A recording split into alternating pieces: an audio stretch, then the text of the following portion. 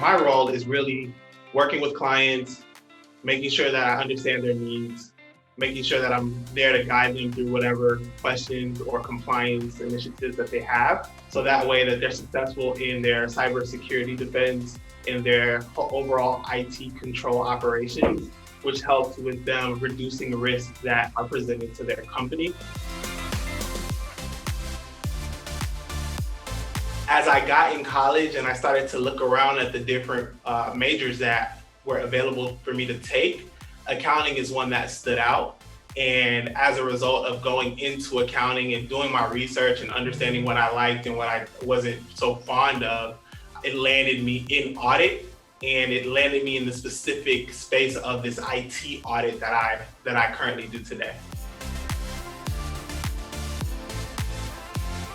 It's a very important topic for me because I am an African American working in the profession of accounting and audit, and there are not as many people who identify with my ethnic background as others. And I've gone through the experience myself of feeling like I don't always feel included.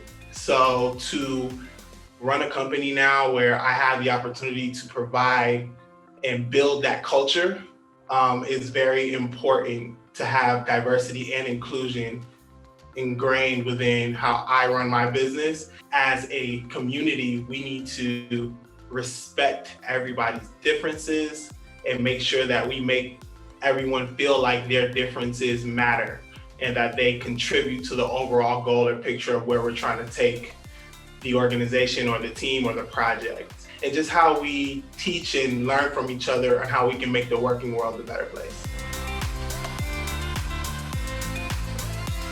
It's definitely about making sure everybody understands that their differences are embraced, and we want different views when we're trying to accomplish a certain objective, and making sure that they understand that they have a seat at the table regardless of where they're from or who they are. We respect their differences within our organization.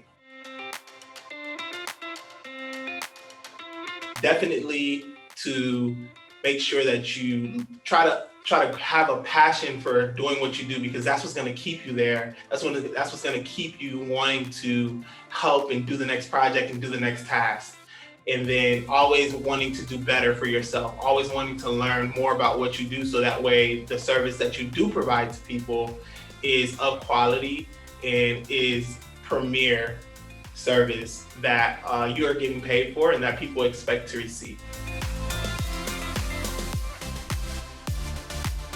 I struggled a bit with understanding information technology because I hadn't had very much formal education in it when I was going through my college studies. It was really a challenge for me going into the profession at first to understand some of these topics and not only just understand them, but really take them into the working world and apply the knowledge.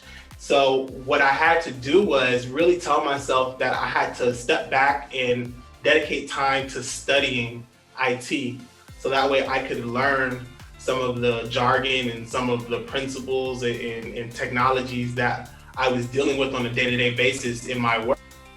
And it took some time, but what I noticed was immediately as I started to invest the time to learn, my job started to get much easier. You really just have to identify when you're struggling with something and find the right path to overcome that challenge.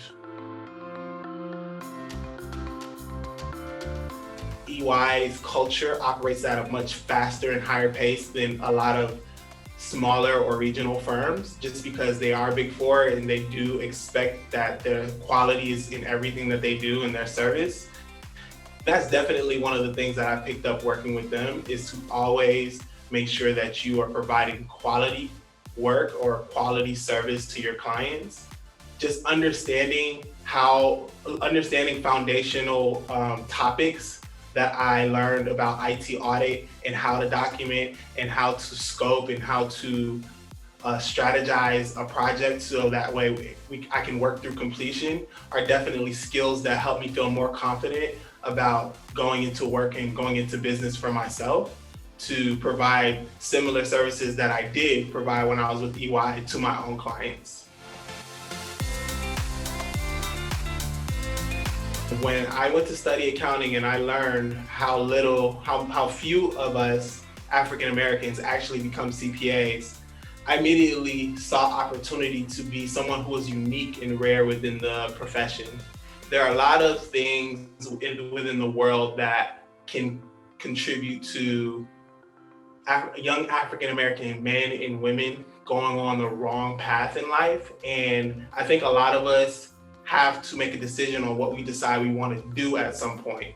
And there are so many professions that can be selected. And I think that accounting and becoming a CPA is not one of the things that we communicate as a great profession enough.